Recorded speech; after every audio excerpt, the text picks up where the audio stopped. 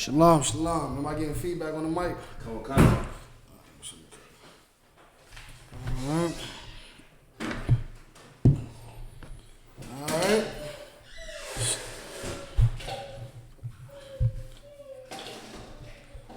Let's see, give me 1 second.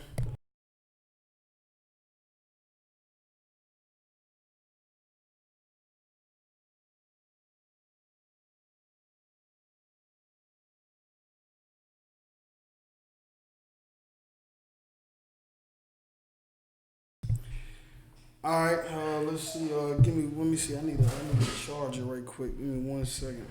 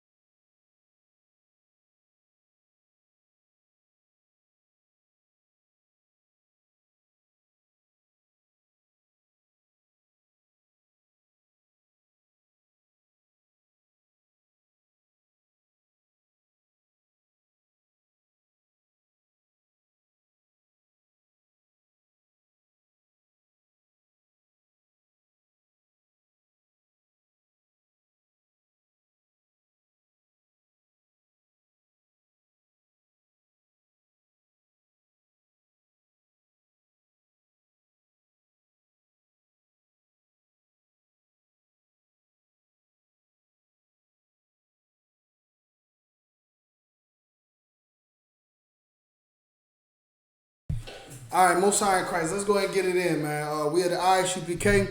Started at the 1 West 125th Street, Harlem, New York City, under Commander General YAHANNA. We're not affiliated with any other Israelite group. We teach the truth according to the Bible that the so-called blacks, Hispanics, and Native Indians are God's chosen people. We're not affiliated with, I might have said it already, but I'm going to say it again. We are not affiliated with any other Hebrew Israelite group.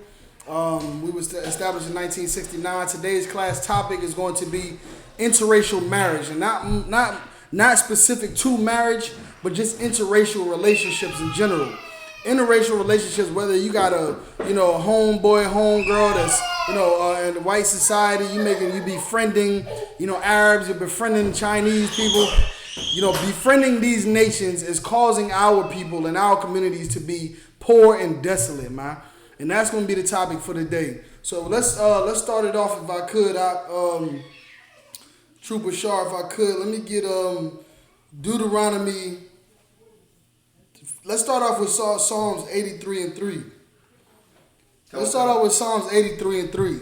So we got to understand the truth about these other nations and the relationships that they have together, right? Not just talking about between one another, like with the relationships that the Arabs and the Chinese have, and the Arabs that the Chinese and the Japanese have.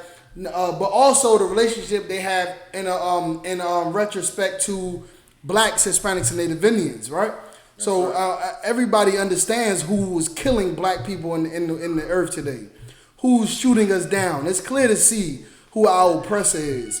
You understand? So just befriending those people is already ignorant in itself. You know what I mean? Because they're the ones that are killing us in the streets. You understand? Right. But these other nations are not far off. Even though they're not the ones that are shooting you down in the streets, doesn't mean that they love you. Doesn't mean that they care about you. Just because they're not the ones that are coming in your house and shooting you on your couch, doesn't mean they're not as equal to your enemy as our oppressor is. All right? So on top of that, does not mean that they are not guilty of judgment as well, that they don't have something against you. All right? So Gabe, give me that when you got it out. The book of Psalms, chapter 83, verse 3. Go ahead. They have taken crafty counsel against thy people. They have taken crafty counsel against thy people. They have taken crafty counsel. What is an example of crafty counsel? I need some cooperation today. I need some quick responses. Just brothers being in there, giving me some answers. Use and get your mind working. What is an example of crafty counsel?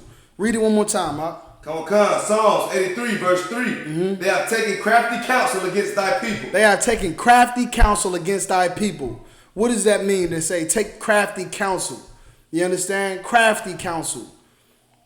Go ahead. I got an example of just putting abominations inside the foods, you know, in everyday food. That's correct. That's correct. That's crafty. That's crafty. You understand? To find a way to not just blatantly destroy you or make you unhealthy, but a crafty way. Right. A crafty way to do it. So what do? They control all of the meat. They control all of the what is it called? Vegetation. Okay. And that's what USDA is and all of those other companies. And through those companies, they pump our meat with GMO. They pump it with steroids. They pump it with all kind of chemicals. And that's the way. That's exactly right. And what does it do? It causes us to have birth defects. Children are born, not fully developed. Women are being packed with, steroids. Men being packed with hormones, and and it's creating an unnatural and unhealthy environment for our people. Right. That's a good example of crafty counsel. So taking crafty counsel can also be what? Putting Planned Parenthood in our neighborhoods, right. Churches in our neighborhoods. We go to church every Sunday thinking that we doing something good. Thinking that we about to go here and be saved, or this is how we gonna get in closer to God. This is what we think about the Christian church. We think the Planned Parenthood is pro-choice. You understand? Pro-choice. You can make this. It's up to you if you want to abort your baby or not. We think it's something that's helping mothers out, but really it's helping them murder their children. Right. You know what I mean? Christianity is helping you learn how to be lawless. Right. So that's crafty counsel. So they've gotten together and they've taken crafty counsel against thy people. So it's talking about one people against another people. And this other people are what? God's chosen people. So everybody else except God's chosen people are trying to what? Destroy God's chosen people. We got any comments online? Go ahead. We got Brother Shabaya Allah. He said child support. Child support. And that's a good one, man. That's crafty counsel, because what are they doing with child support? They're giving they're secretly or craft. It's a crafty way. Let's use that word. It's a crafty way for them to convince women to get their men out of the household, to get the black man out of the home, man, to make him homeless and put him out and have no support of his woman, and then on top of that have a disconnect between him and his children, man. That's what child support does. On top of that, what else does it do? It makes the black woman vulnerable, man. So that's a good example of crafty counsel, man. Child support, man. You understand? So long of the story short, these other nations, you understand? These other nations have come together, you understand, to be able to come up with devise a plan to oppress black people, to hurt us or to make us sick, or to kill us. You understand? And they hate us, man. Mark Doc, if you could see me one time, Baba Kushab. You understand? They figured out a crafty way to hurt us and destroy us and kill us, man. That's why we say interracial marriage or these interracial relations are making us poor and desolate, man. Because when we think that we can befriend white society, we can befriend Asian society, Africans, and all of those other nations, lo and behold, and deep down inside, they are above you. They are above you because they have put things in order years and years ago to keep you at a disadvantage. You know what I mean? So now they can smile in your face. You don't even see them hurting you. The hurt is happening, and they're not doing it right in front of your face. It's something that's already been set in stone. That's what that crafty counsel is. Go ahead. Sister Tatiana Parker said using fashion to feminize brothers. Right. You understand? The fashion industry, which is practically ran by homosexuals, right? Practically ran by homosexuals. So they get strong masculine men to do and dress in ways for money, of course, to be able to feminize black men, right? And we think that we look up to these men. We look up to Michael Jordan. We look up to Jay-Z. I was raised on Jay-Z. You know what I mean? I was raised on Pharrell and all these other brothers that you see nowadays. Dwayne Wade. Dwayne Wade was one of my favorite hoopers. But you see these brothers today, and they dressed in skirts and blouse. They got above the knee shorts. They hold thigh out in the shorts. You know what I mean? Like, it's just out of the order. Like the brother was bringing out yesterday. It's unbrotherly. You know what I mean? And this is what's going on. And They're doing that. Why? To feminize black men, to make us weak, and it's working very well. Because a lot of black men that you see are becoming homosexuals, are nigh into homosexual. If they say they're not gay, but they'll put a dress on. They say they're not gay, but they'll put on a bra and cross dress and play a movie role. No, you understand? That's just not what a man is supposed to do. So that's another form of crafty counsel. You understand? That's another form of crafty counsel in that fashion industry, man. Anybody any other examples online besides the child support and the fashion? Tanya Allah said drugs and guns. Right, drugs and guns, right? Drugs and guns. Good job, Trooper Matalia Allah. Drugs and guns is another way of crafty counsel. They come in our neighborhoods pushing drugs in our neighborhoods, you know, acting as if, even an aspect of, you can make a lot of money off this. And all in all, you're going to, end up in jail. Your kinfolk are going to end up strung out, you know what I mean? Or high out of their mind, still out of their crib. But then what else do they say? This the new thing. Like these Caucasians, man, these other nations are the ones that introduced that stuff to us. They were the ones getting high and, smoking cigarettes and trying to make it look cool in the movies. Right. Sniffing cocaine in the movies. Having us thinking that, this must be cool to smoke cigarettes. This must be cool to do cocaine. That's correct, Doc. And we sell drugs and do drugs and everything, and then we get destroyed every day. And that's crafty counsel, man. Whenever you get a chance, brother, read it from the top again. At that point again, Mark Doggy, if you could, can you close that door over there, Baba Kushab? All right, you understand? So that's another good example of crafty counsel. This class today is going to hone the light, shed light on these other nations and their crafty counsel, man. How they are destroying you without you even thinking that they're your enemies. Without you even thinking that they're against you. You understand? A great example that I like to bring up all the time is what? Planned Parenthood. Right. When these other nations call into Planned Parenthood and have their numbers blocked and say, listen, I got $50,000. I want to make an anonymous donation, and I want it to go towards specifically towards black abortions. And guess what? That same heathen or whatever you want to call him, oppressor, that made that anonymous donation to Black Death is going to smile in your face at work. He's going to smile in your face at school. He's going to say, I love you. He got hundreds of black friends. He got hundreds of black friends. You know how they always say, I got friends that's black. I got friends, my best friend is black. That doesn't stop you from hating and being a part of the crafty counsel that was set forth by you or even your forefathers. Go ahead. Another one they like to say, well, I just absolutely hate that my people did that to your people. Why can't we all get along? And stuff like that, just to make it seem like, let bygones be bygones. Right. And even that is crafty in itself. Because the Bible tells us what? Though they stretch forth their hands as if they're at peace with you, war is in their heart. That is deceiving for them to say, we love you, let's all get along, let's keep peace. Peace is not going to help us right now. Right. Peace is not going to help black people get out of bondage. You know what I mean? Peace is not, and love from these other nations is not going to help black people's condition to get us out of being poor. You understand? Chinese people can love black people all they want. White society can love us all they want. The Chinese, they can love us all. We can love each other. But guess what? It's not going to change our condition. You want to know why? Because the Bible says that we should separate from them, man. And the Bible says that even though they act like they're your friends, they really hate you, man. They really hate you. And that's what we're reading right now. Read. Come. Mm-hmm. Book of Psalms, chapter 83, verse 3. Go ahead. They have taken crafty counsel against thy people. Go ahead. And consulted against the hidden ones. Mm-hmm. They have said, come and let us cut them off from being a nation. So just to put in perspective, these are the other nations, man. And it's going to list those nations in here in this scripture. It's these other nations who are so-called white society, so-called Africans, so-called Chinese, so-called Japanese, so-called Arabs, so on and so forth, that have gotten together with one consent, and that is to take crafty counsel to create a way to destroy black people, Hispanics, and Native Indians, who we know today as the Israelites according to the Bible, man. God's chosen people. Go ahead.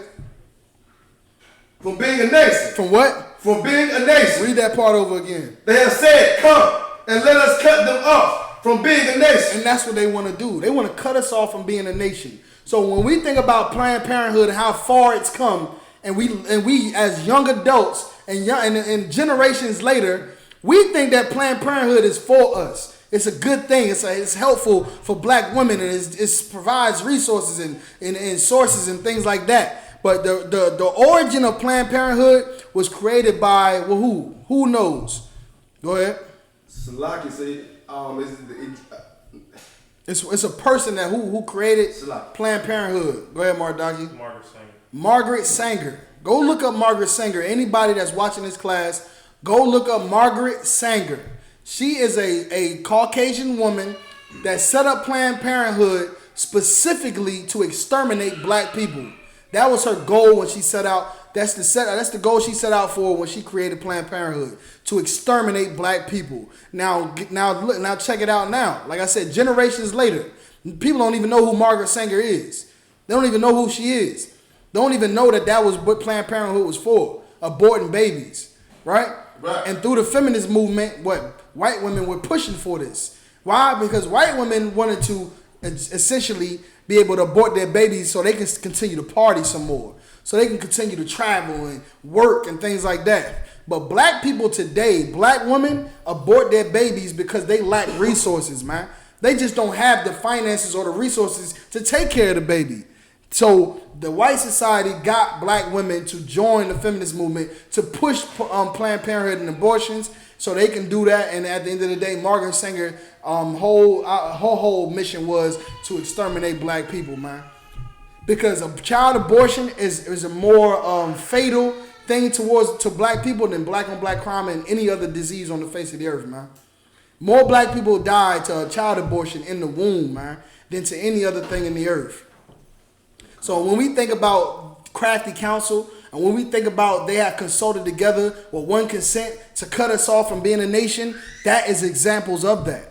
You understand? Margaret Sanger wants to cut us off as a nation. So when you push Planned Parenthood, you're pushing the genocide of black people, man. Right. When you push Planned Parenthood, abortions, when you push Christianity, when you push child support, you're pushing genocide for black people, man. You just don't know it and you don't see it because it's being so sugar-coated and portrayed and put out there as something more than what it really is. You understand? Just like what else? These holidays that we celebrate. These holidays are put out there as like, it's Jesus' birthday. Oh, it's a day of thanksgiving, thanks. Or it's a day of love. It's a day of, trick-or-treating, getting, candy. But those are all holidays that stem from demonic traditions, man. Right. Demonic and Babylonian traditions that we don't know today because we're generations in lies. Right. Generations deep in lies. You know what I mean? But longer the story short, these other nations hate us. They've come together years and years ago, hundreds of years ago, and said that we have to make sure that God's chosen people, blacks, Hispanics, and Native Indians, don't know who they are. And not only that, we have to make sure that we are oppressing them, that they are desolate and poor at the bottom. And where are black people today? Poor, desolate, and at the bottom, man. So when we love these other nations, we end up at the bottom. When we love these other, when we give them our love, we end up lacking love. Right. So that's why we end up the way we are today. Go ahead and read. That the name of Israel may be no more in remembrance. That the name of Israel be no more in remembrance, man. Nobody talks about Israel no more. They read that Bible every day in church. Man, I've been going to church for decades. Ain't never hear nothing about no Israel. Never hear nothing about no Israel. No. Here I go one day in the UPK. I know everything there is to know about Israelites. That's all I know. Because that's all the Bible talks about. Yeah. So how in the world don't we know that in the Christian church? Because the Christian church is a product of Roman Catholicism, man. The Roman Catholic Church, which is what? Erected to do what? As the mark of the beast. You understand? As the mark of the beast, Christianity, man. to what? To mislead black people, to keep us docile. Go ahead. To lead the sheep to slaughter. Right, to lead the sheep to the slaughter. And we don't know that. This is another thing that we think is so good, and it's just, this is what they painted it as, but this is really not what it is. Deep down, this is something that is as detrimental and destructive to black people. Right. You understand? How many people in the Christian church are criminals, man? How many people in the Christian church are getting molested? How many wives are having affairs in the Christian church, man? You understand? This is a place where you're supposed to come and love God, and you getting eyed down from head to toe in the church by every man in there. They having gay sex in there and everything else. That's not the house of God, man.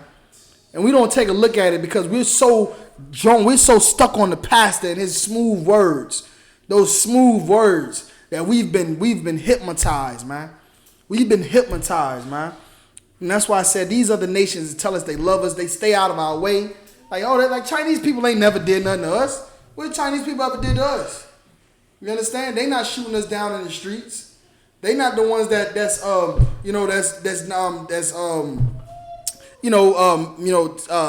what else is some things that white society does on a regular. They're not the ones that's keeping us poor, putting drugs in our neighborhood. Chinese people not putting drugs in our neighborhood. So we think that because they're not the ones that we see blatantly doing it, that they're good. But no, they already had generational traps that's been set already. Right. Why do you think they have so many businesses in your community? They're destroying us economically. Right? They're destroying us economically. And as much as we want to have jobs and we look at white society for not giving us jobs, when the last time a Chinese man hired a black man? Right, exactly. When the last time you came into the Chinese store and was a 50 cents short and was able to get your food? They are economically hurting us, man, and oppressing us. And the Chinese people, what? They're the ones that was in part. They had a part now in the transatlantic slave trade. Right. What a lot of people don't know. They had a part in us being in the position that we in today, man. 400 years behind. These other nations, joining these other nations is idiotic, man. It's whoredom. It's whoredom because we love them and then they don't love us, man. The love that we give them is the love that goes out and puts money in their pocket. The love that builds their businesses. The love that keeps them safe and protected. But the love that they give us is just love and word. Right. That's it. It's just love and word. Can I get you a drink? You know, I'll buy you a drink. You know what I mean? Hey, drinks, I'll cover your tab. And we like to hang around them because they buy the drinks and they buy you this and buy your food, pay for the food. But guess what? That's your money that they're spending from your slavery. You understand? From your sweat, blood, and tears. Your forefathers was on that auction block in Wall Street, man. When they was creating the economy and creating the commerce and the Wall Street and all that. It was your forefathers, man. So what do you think is going on? They think they love you because they buy you these things and spend money? They're so friendly. Who cares about what their credit score is? It's that way because they're oppression against black people, man. Hispanics and Native Indian people, man. Read. For they have consulted together with one consent. Mm-hmm. They are confederate against thee. They are what? Confederate against thee. They are what? Confederate against thee. They are confederate against thee, man. They are confederate against thee, man. You know, in the time when they had Christ on the cross, right? And they had the other two brothers, they had the other two men up there with him on the cross. Did they just go out there and slaughter Christ? No, they took crafty counsel, man. What they did, they left it up to us. They convinced us that this man needed to be slaughtered. And they let us vote that he be slaughtered. That's what they did. They let us vote.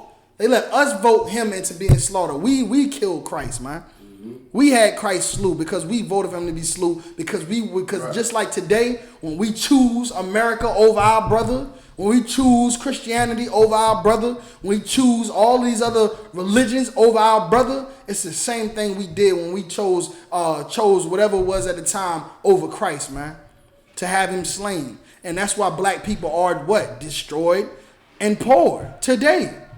Because black people, Hispanics and Native Indians, choose to do everything that they can in their power to progress in this kingdom that's not ours. Love these other people who are not us.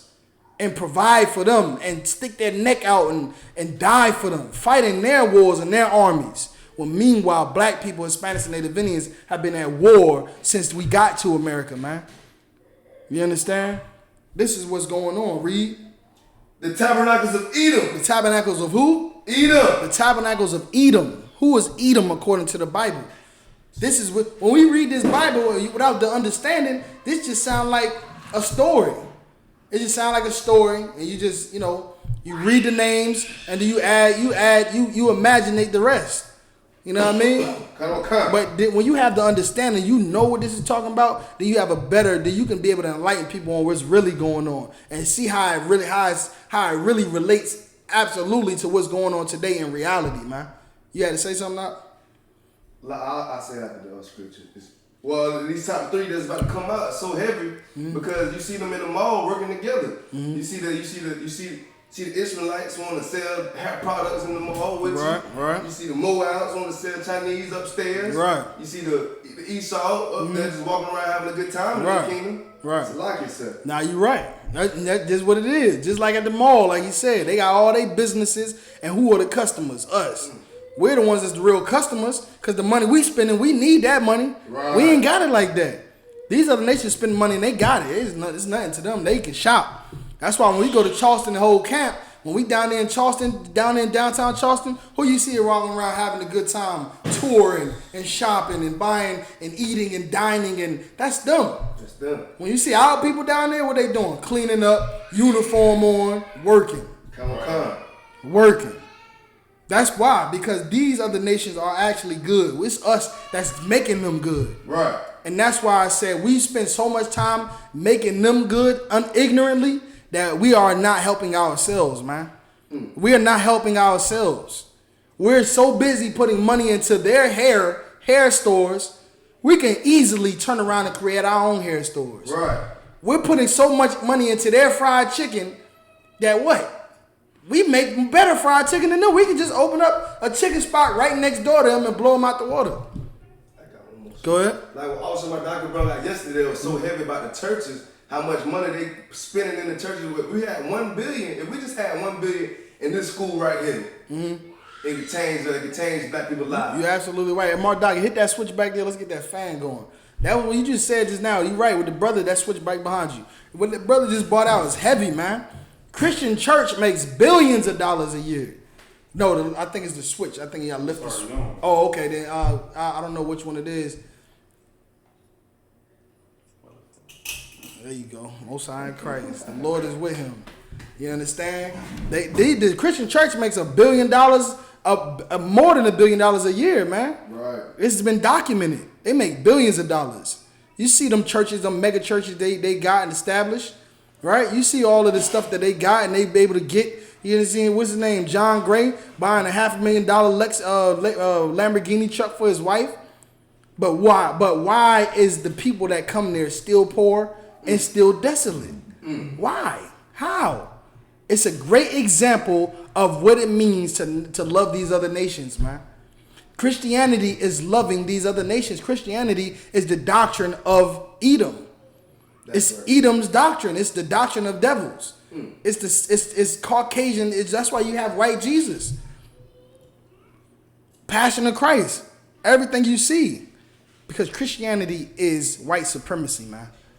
So anybody coming into that Christian church that's not white, it's not benefiting them to be in there. It's actually hurting them because they spending their little bit of money that they do have, just like we just bought out at the mall, just like we're talking about in our communities. Same thing at the Christian church. We're giving out a little bit of money, paying tithes, paying offerings, and what? The church get bigger, the pastor car get bigger, his house get bigger, and what happened? Our problems get bigger. Right. Our struggle gets bigger. Our oppression gets bigger. Because that is what's happening, man. That's not for us. You understand? Like you said, if that money was in here, or they was really using that money for something, then we would be in a better condition as a people, would we not? That's right. Would we not? What we know all we can do for black people, Hispanics and Native Indians across the world with $1 billion? Go ahead. It's like I said, just look what we ain't doing. Just look what we're doing without that money. brother in. That's a good ass point, Doc. That's a good ass point, Doc. We poor right now, and we still maintain. Right. We in the I.S.U.P.K. We still make sure brothers are fed. No brother in here in this school, no sister in this school starves. No sister in the school or brother in the school has to live on the streets ever. No brother and sister here has to be naked, has to go without water. Whatever, or if any brother or sister is incarcerated, we will not forget them. We will visit them. That's right. You understand? They sick, we're going to go to visit them, stand by them, aid them. We don't have nothing, and we able to live well. Right. When we do that's because a lot of what we're doing is off of brotherhood, man. But you apply that brotherhood and that financial backing, we can get every black man in the world off the streets. Right. In the world, everybody, in or out the school, it don't even matter. In or out the school, we get them off the streets, man. Everybody at one time. This is off the streets. You understand? Hispanics, we get all the native Indians off the reservations. You know what I mean? Just buy land, create communities, and everything else, man. You understand? Like that's how you know who the Lord is not with, man. Like it says in the scriptures, when you love one another, when you have that love that you have one for another, it shows who's his disciples are, who's Christ's disciples, who the follows. There is no love in the Christian church, man. Go ahead and read, Doc. The tabernacles of Edom. The tabernacles of Edom. So the Edom is white society. That's what Edom is. Edom became the progenitor of the so-called white society, which today can be what? Germans, Italians, Russians, Swedish, Irish, all of them. You understand? The tabernacles of Edom. Go ahead. And the Ishmaelites. And the who? And the Ishmaelites. Who are the Ishmaelites? Who are the Ishmaelites? Go ahead. It's like I said from Rome. Ishmaelites, it's like I said from Rome, because I am taking a shot in the dark. Is it the Arabs? That's correct, Doc. That's correct. That's correct. Arabs are the Ishmaelites. Ishmael became the progenitor of the Arabs. Today they call themselves Arabs. Today we call them the same thing they was called since the beginning of their history, Ishmaelites. That's what they are, Ishmaelites. So, you know, Caucasians or Edomites. And this just gonna go on and on. Read. Go ahead. Of Moab. Of who? Moab. Who is Moab? Who is Moab? Go ahead. It's like I said, is it the Chinese? That's correct, Doc. That's the Chinese. So-called Chinese people. They call themselves Chinese today. You understand? They call this land America today. Was it always called America? No. So they call Chinese today, and that's what they call themselves. Just like they call us black, and they call them the others call themselves white, and call themselves Irish, and they call themselves this, and they call that. But we know you as your father's seed. That's right. Who is Ishmael? Who is Moab? Who is Edom? These nations are the same people that is saying that took crafty counsel and that are confederate against thee. You understand? Drop that out. Let me get Deuteronomy 7:3. These are the nations are the ones that took crafty counsel against us, man. They're the ones that sat at a round table hundreds of years ago, somewhat thousands of years ago. You know what I mean? In some instances, you know what I mean? But it's always been a thing that has been known that blacks, Hispanics, and Native Indians, as what so-called, what we call today, are actually the Israelites. And their sole purpose was to do what? To get us to disobey our God. To get us to disobey our God. And how did they get us to disobey our God? They can't just say, oh, eat pork. Here, do what God said don't do. No, they have to do it what? They have to do it what? Go ahead. Crafty counsel. No sign Christ. They have to be more crafty about it. Go ahead. No, it was just some more comments in here. Let's get them. We need that participation today. Let's see here. Shara has said, saying it may be a delay on the responses, but she has stated Arab nations pertaining to your question, and then also she said the children of Lot. Yeah, it is a delay. It is a delay because what I say here, it takes a little moment for them to hear. They're hearing it later, but that is correct. Akwaf, the Arabs are the Ishmaelites, and you're correct. The children of Lot, right? Oh, and also we have the Edomites, who are the so-called white society, and then Moab, who are the so-called Chinese, and all of these nations that is going to name in Deuteronomy. Psalms 83, that chapter. All the nations that it names are the same nations today. That's just the names that they go by then. That's just who they really are. They call themselves something different today, but those nations are confederate against black people. They're confederate against Hispanics and Native Indian people. That's why you see blacks, Hispanics, and Native Indians, we're the most poor on the earth. We're the most hurt on the earth. We don't have no businesses. We don't have no land, no army, no currency, a language of our own.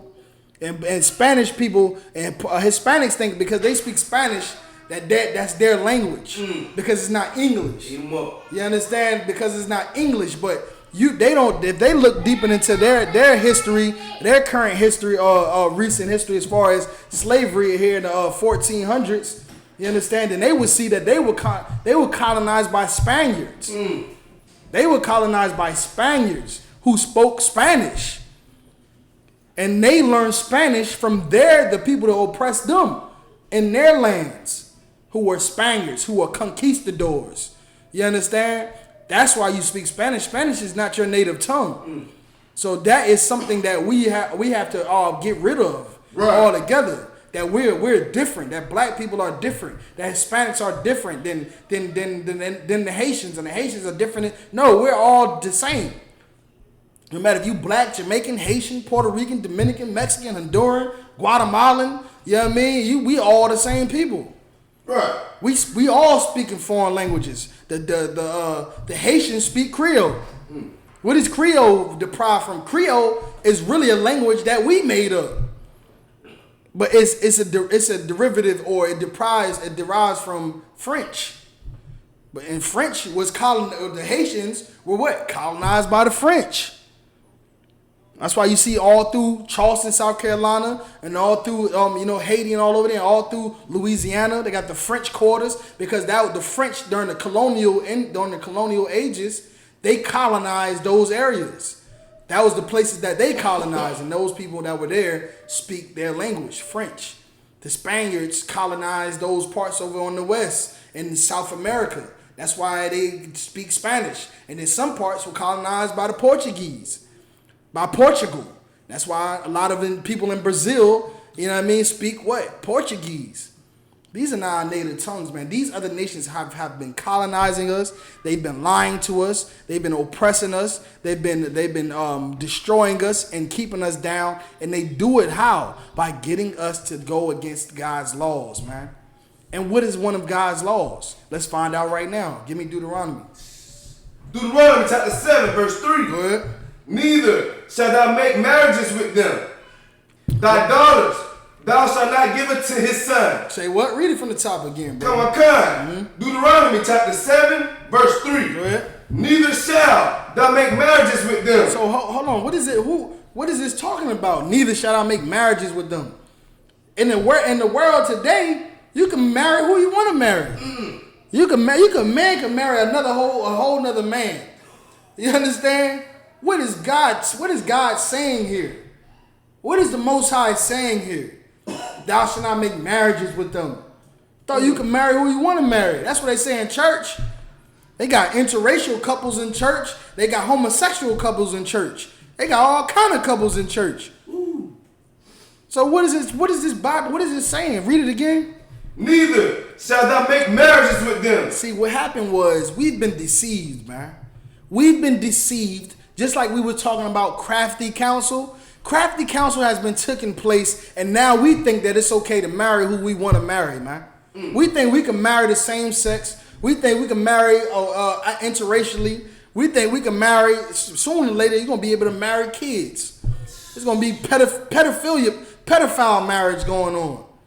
Go ahead. It's like it's, if I'm wrong, I think they're already practicing that over there in one of these other countries, Ishmael. I am not surprised, brother.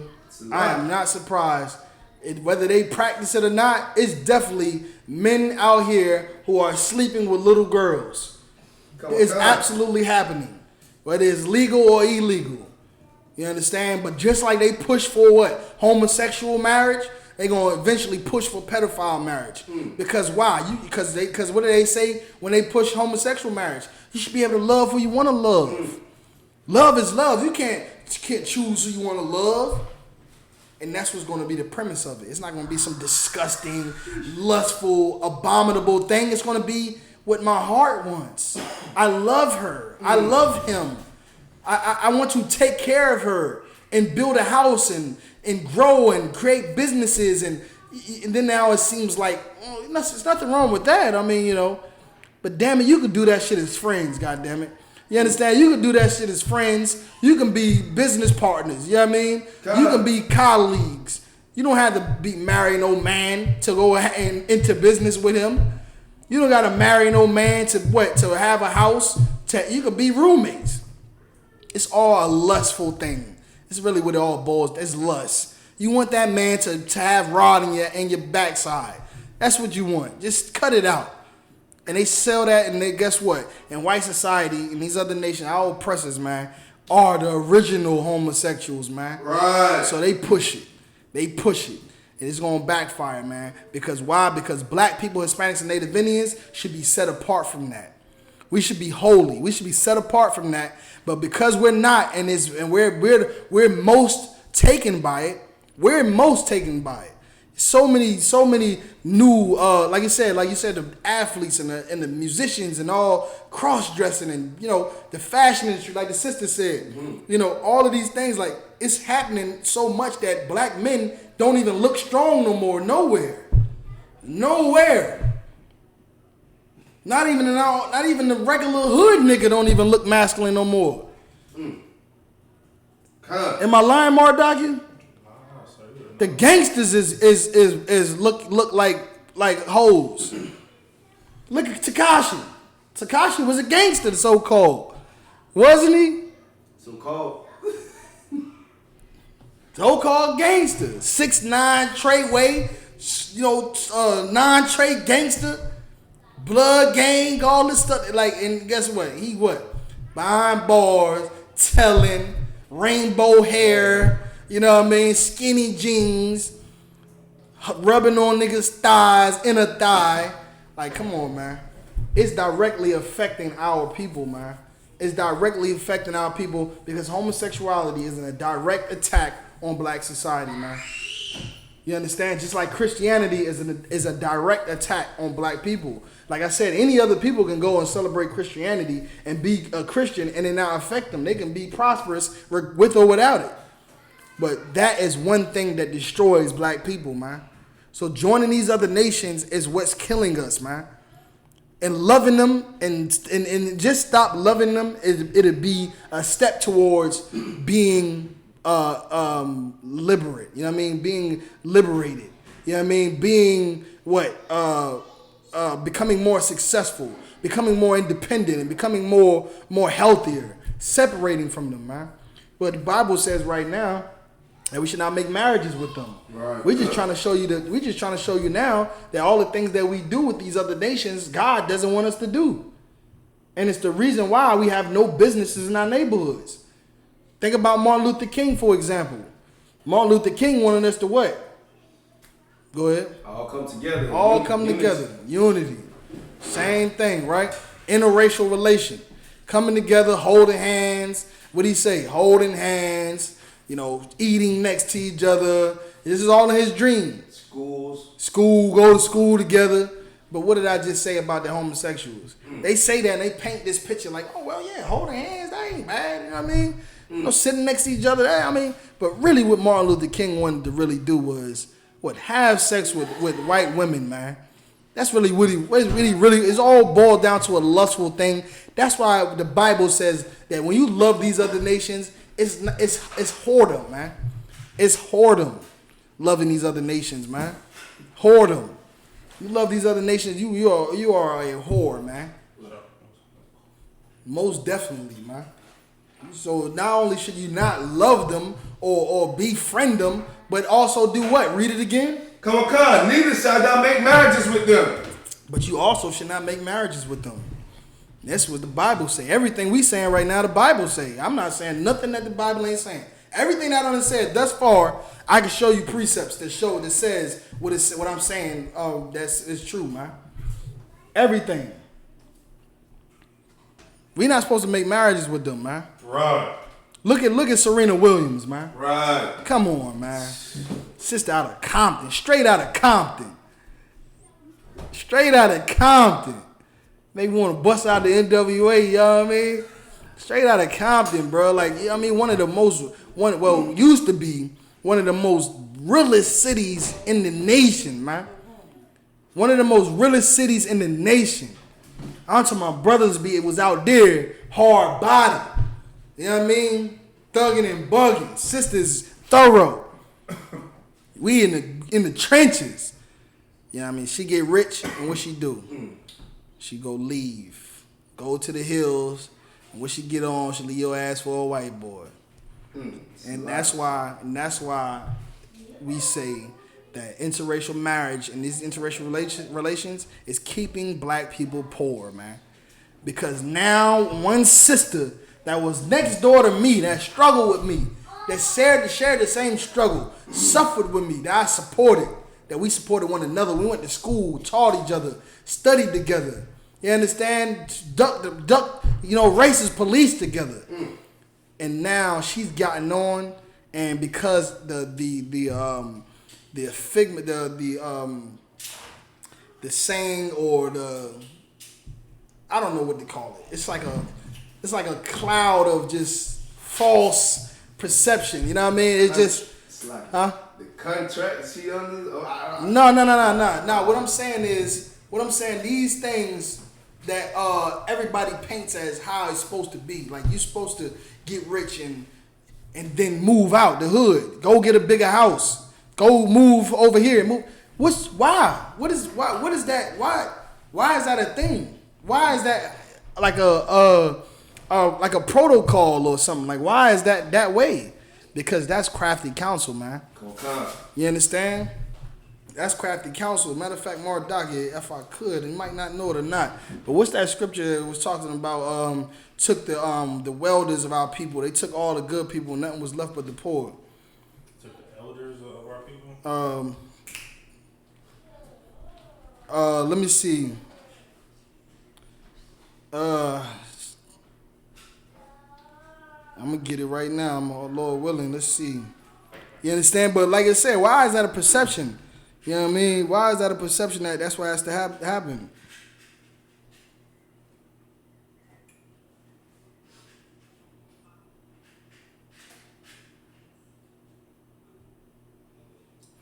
No sweat. I'm not gonna spend too much time on it. It's definitely a precept for what I'm talking about right now. But in the Bible, right, it says that when we in captivity, that our captors take the talented of our people. You understand? They take the talented of our people. The people who are talented, that have skills or athletic. You know what I mean? All those people like Kanye, like Michael Jordan, Serena Williams. They take those people and bring them into their society. Right. And why? Why do they do that? You understand? First of all, let's get understood that we see it happen every day. Right. You know what I mean? That's what we just was talking about. Serena Williams got rich and she went out and moved somewhere else and married a white man. Rihanna, same thing. She done got rich, married a white man. You understand? Who else? We named countless brothers and sisters that went out and married these other nations of people. You know what I mean? Make sure you got it out. You understand? That marry these other nations of people. And these people are what? Our successors. They're the people that we go to the games to see. We out there like, yeah, just like so-called, even though Barack Obama is not a black man, he's African American, we went out and we rooted and voted for him. Right. And yeah, I said we because I wasn't in the truth before then. At that time, I wasn't in the truth at that time. If I was in the truth, I would not have voted for that African. You understand? You got it out. Y'all go in that room right now. Let let me just read this to see if this is it. This is 2 Kings chapter 25, verse 11. Now the rest of the people that were left in the city and the fugitives that fell away of the king of Babylon with the remnant of the multitude. Yeah, I think you got to go up, though. I think you're in the plot spot. What verse is that? This is verse 11. I think the book of it is in verse 12. You want to just skip down to verse 12? Yeah, go ahead. Verse 12. But the captain of the guards left of the poor of the land of the vine dresses in husbandmen. No? No. That's not it. All right. No. That's not it.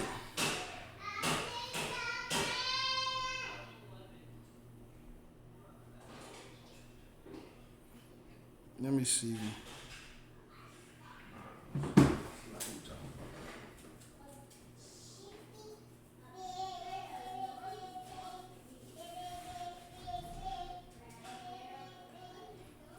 No sweat. I mean, I don't want to take too much time. But longer the story short, you know what I mean. It was crafty. It was crafty for these other nations to take our successors. Why was it crafty for them to take our successors? I'm gonna let somebody answer that. Somebody tell me, why was it crafty for them to take our successors?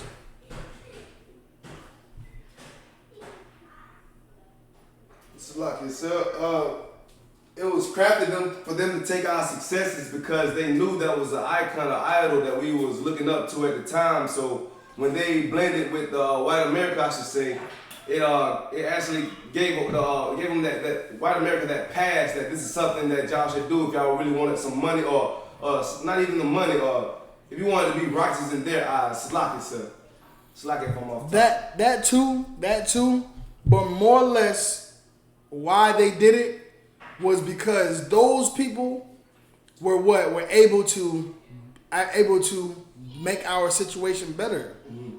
You know what I mean? Like, think about what Michael Jordan can do for us right now. Right. You know what I mean? Think about what Oprah can do for us right now. If they all came together in one big successor pool, but we would be good.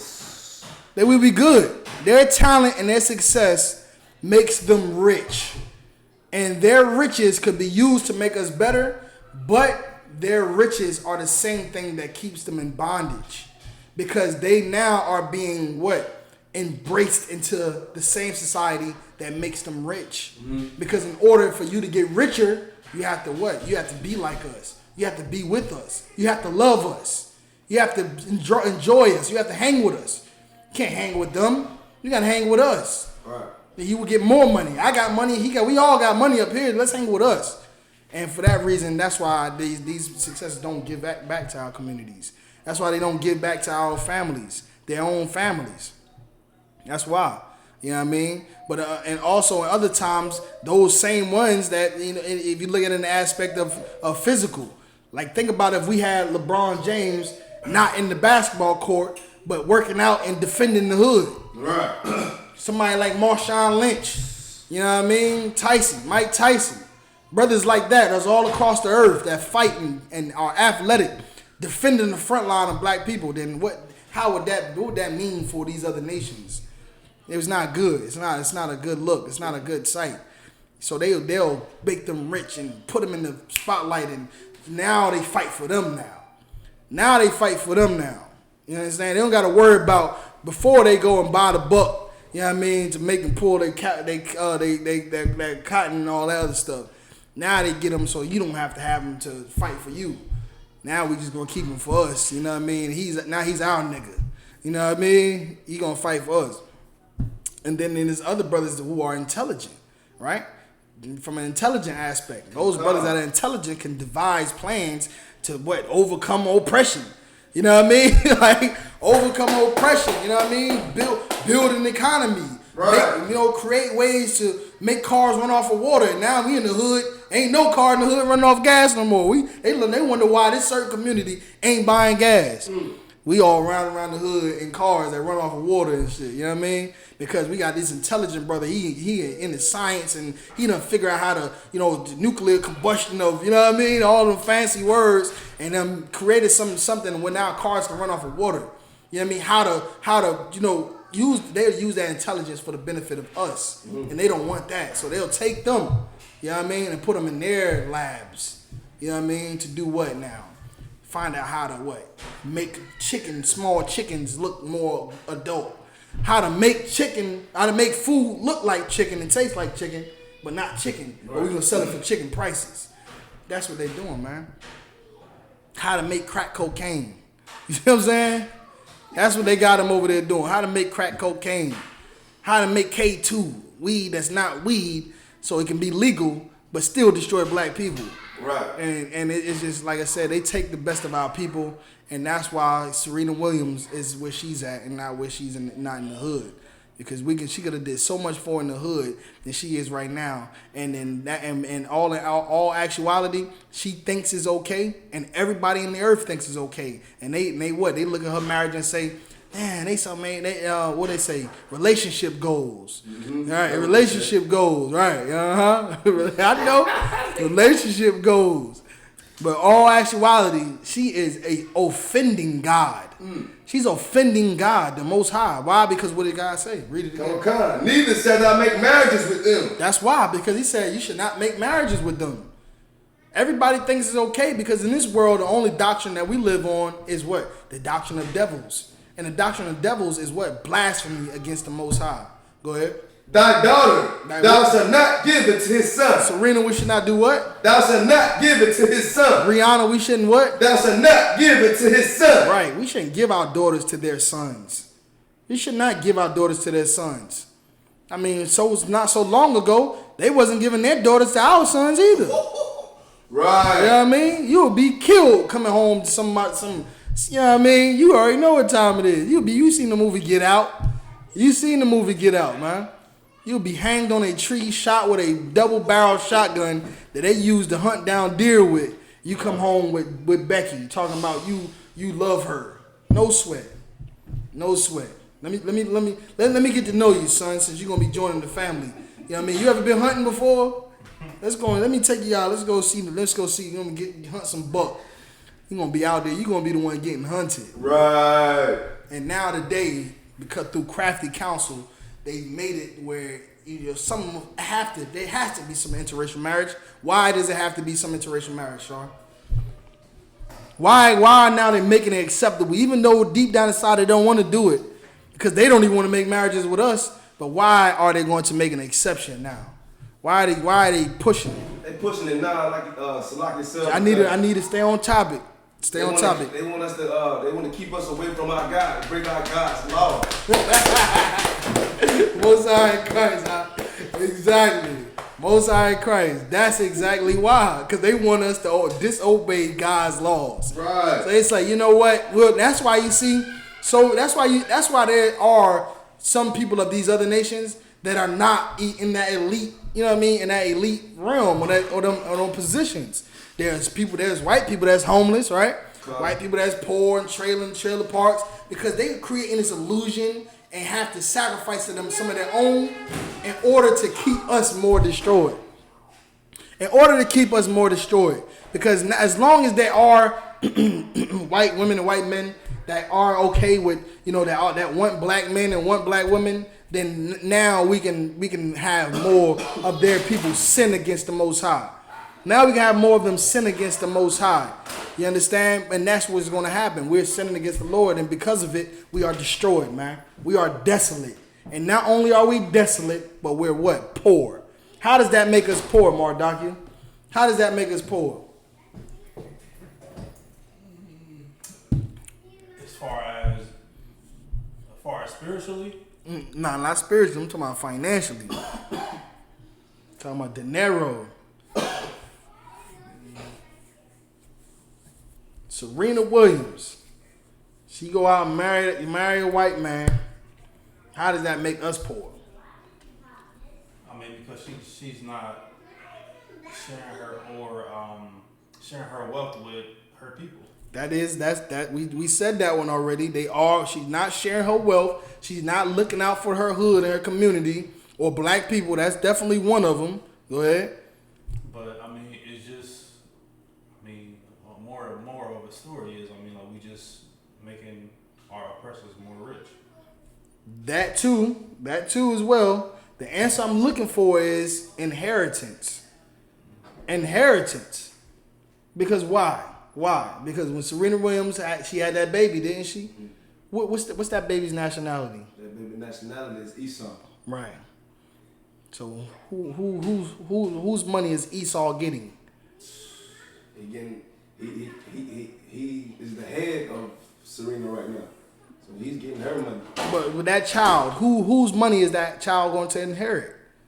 Her money. Her money. Right. She's going to inherit her money. When she passes away, she's going to have what?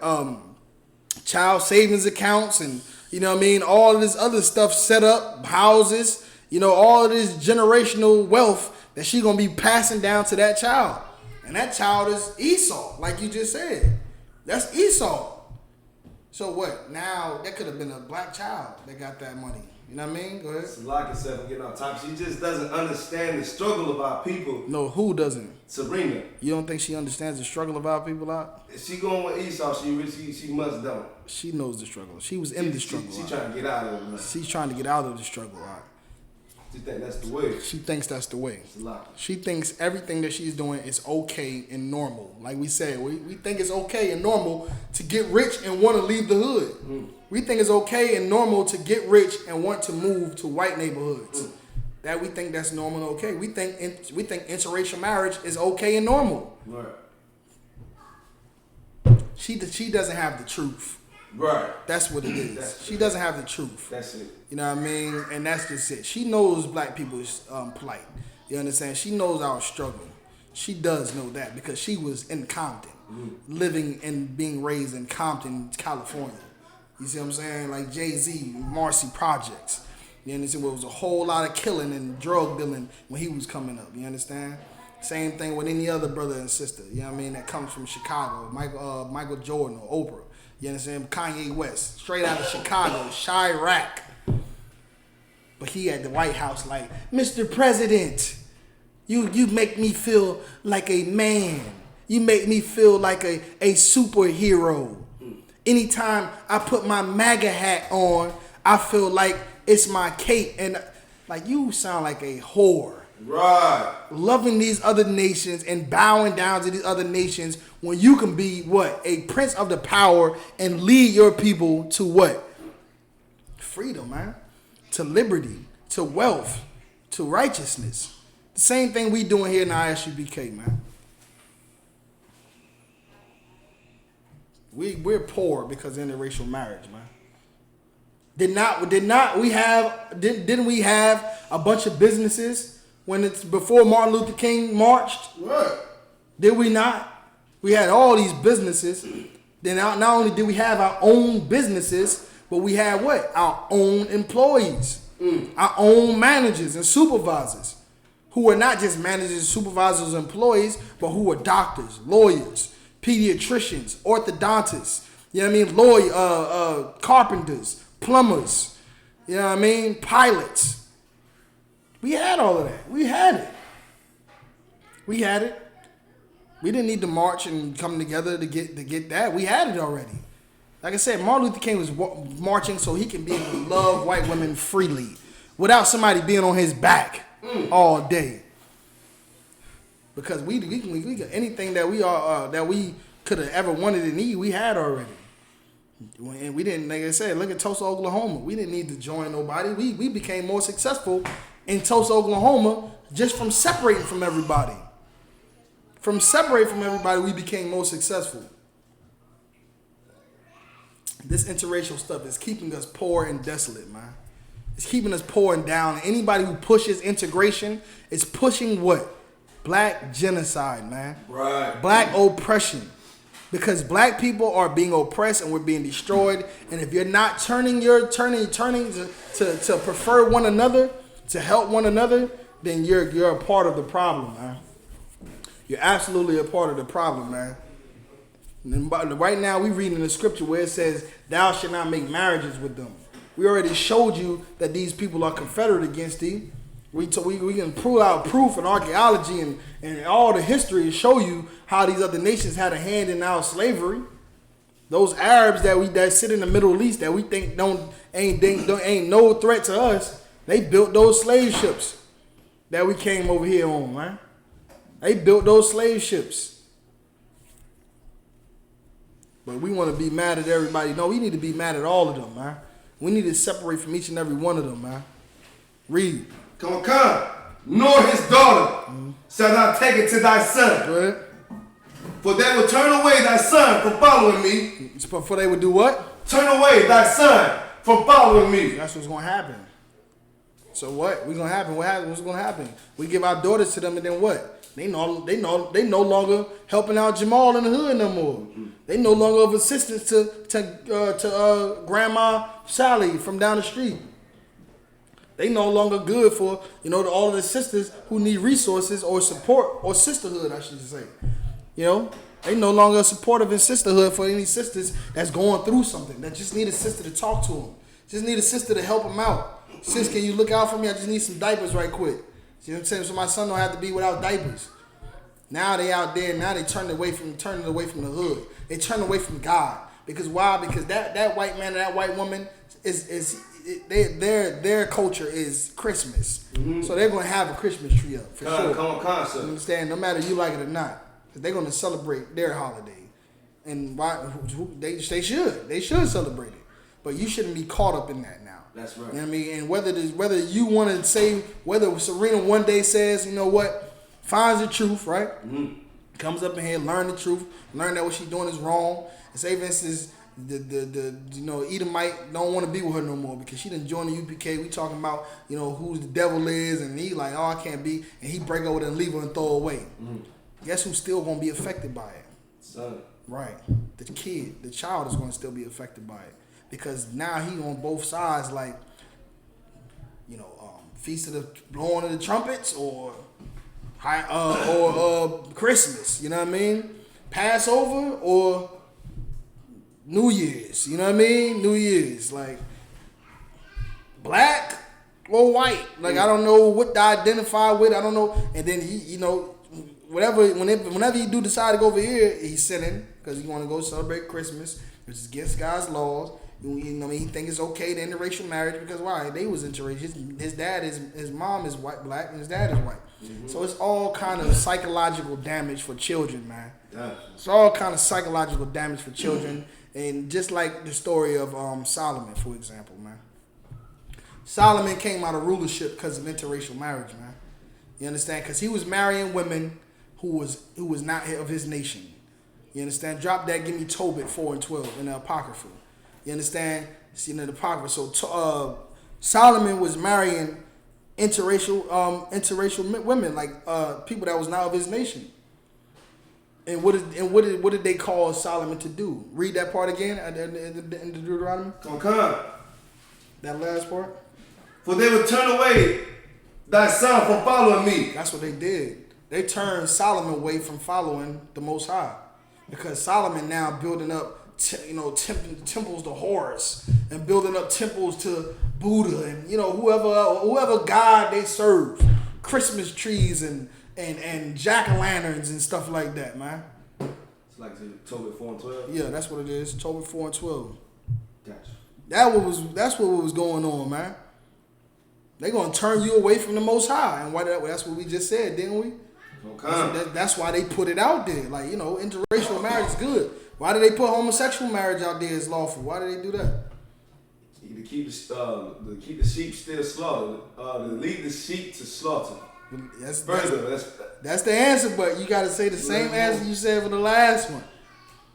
To keep us from serving our God. Right, for us to disobey God, man. Because as long as we think homosexual marriage is good, we're going to do it.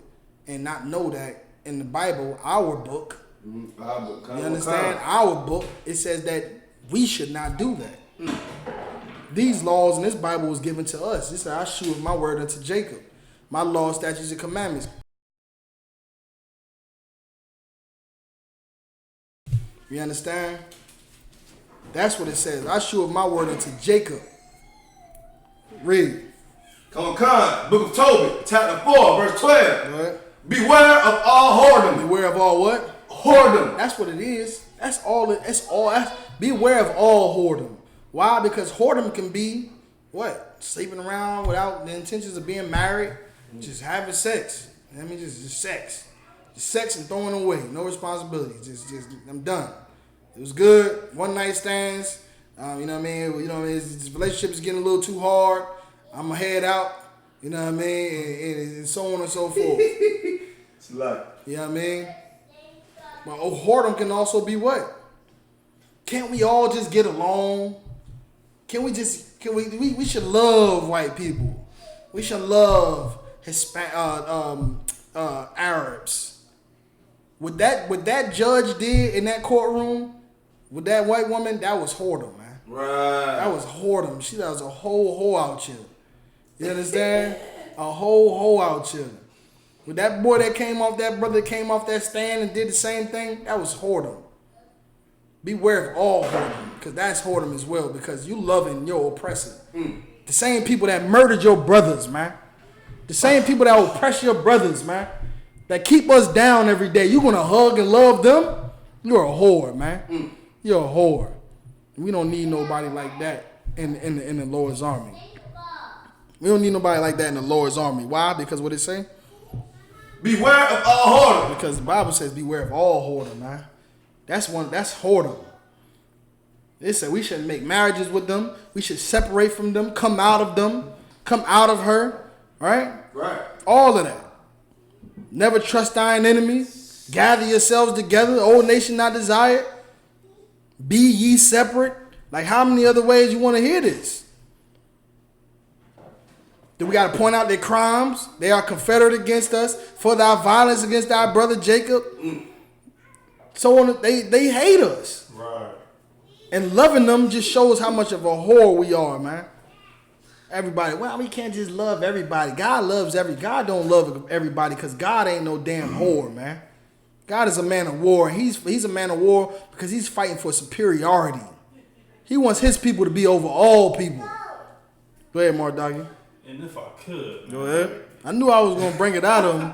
I was trying to get it out of him. Trying to click. He came in. He was a little, you know what I mean? You know what I mean? Go ahead. I mean, like, that just shows how submissive we are to our oppressors, man. Right. You understand? I mean, like, we just love them so much. So much to the fact is we hate our own people, man. Right. We just hate our own people so much that we gonna say, you know what? I hate you so much, black person. Right. I'm going to sleep with a white man and he's going to impregnate me. Right. Or I'm going to sleep with a white girl just because I hate Keisha or Tanya so much. Right. That's it. That's exactly right, Doc. And what you're saying is so heavy. Because the love that we have for the people that hates us is whoredom. Because how it's blatant, like that incident right there. Not only that, but that Charleston 9 incident too was a good example as well. Because they forgave that white boy. They forgave him. At the court trial, they was like, we forgive you. I don't know why, but I just believe that God, God would want me to do. Go ahead. There we go. Go ahead. If I could, just real quick though. But Dylan Store Roof he admitted and said that he was trying to cause a race war. Right. He didn't say that, like he was sorry or anything of that nature. Didn't even apologize. He didn't even apologize to it. So that just shows once again Good night. how submissive we are to our oppressors. What is she? Go ahead. You want to say something? I'm slightly from getting off topic. No, ain't no Deuteronomy 6:4.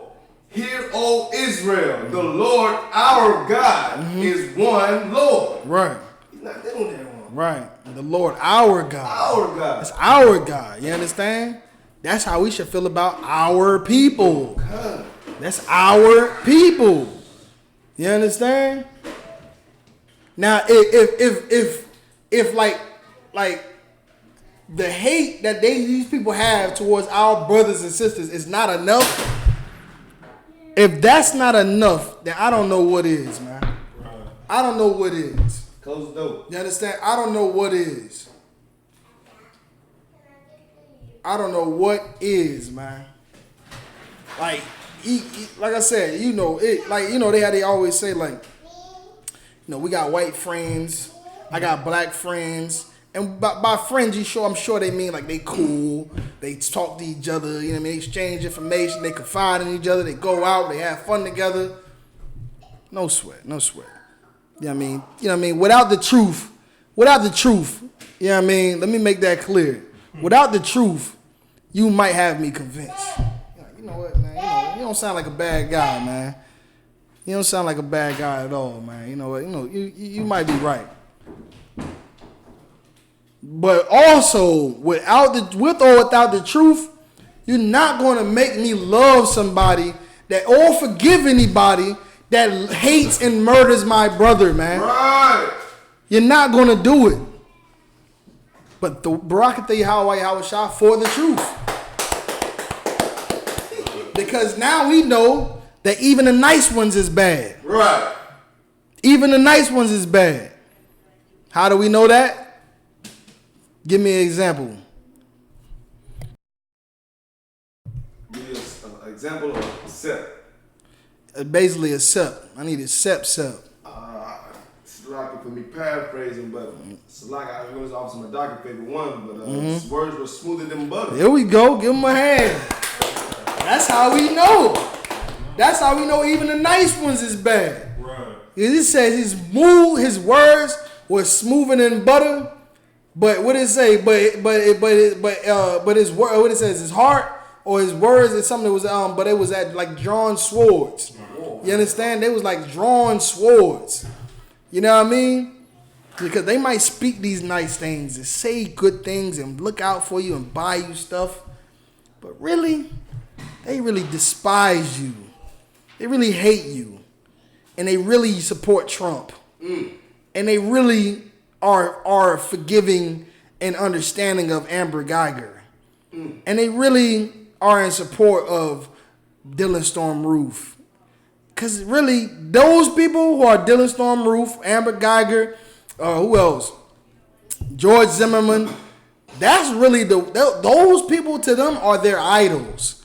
Right. They look up to them like, damn, he's doing what I would want to do. That's what I want to do. I want to just kill black people. I want to just shoot black people up, but I don't want to go to jail though. So they live that through them. They go home and they secretly be like, I know the thrill and the rush. It's probably exhilarating and man. Go ahead. Bill Clinton with the Tuskegee experiment, when they spread all that syphilis through our people. Right. And then what? People thought Bill Clinton was so for black people. What? They was calling Bill Clinton black. Right. They was like, Bill Clinton, if he wasn't white, he'd be black. What? Bill Clinton, I don't care what nobody say, Bill Clinton black. Meanwhile, he running experiments on our brothers and sisters, giving them syphilis, getting all a part of that COINTELPRO and getting drugs from overseas, selling it to all of the, you know what I mean? Going into Haiti and destroying the Haitians, man. Hillary Clinton and Bill Clinton, man. Go ahead. And if I could, with Hillary Clinton. Yeah, go ahead. See? She was an advocate for Margaret Sanger, man. Right. You understand? And she called us, as far as black Hispanics and Native Indians, super predators. Right. You understand? Like, she had no love for us. Right. Whatsoever, man. But right. On the contrary, we love them so much. Once right. Again, right.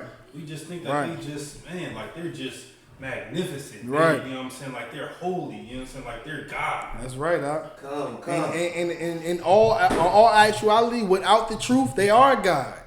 Without the truth, they are holy.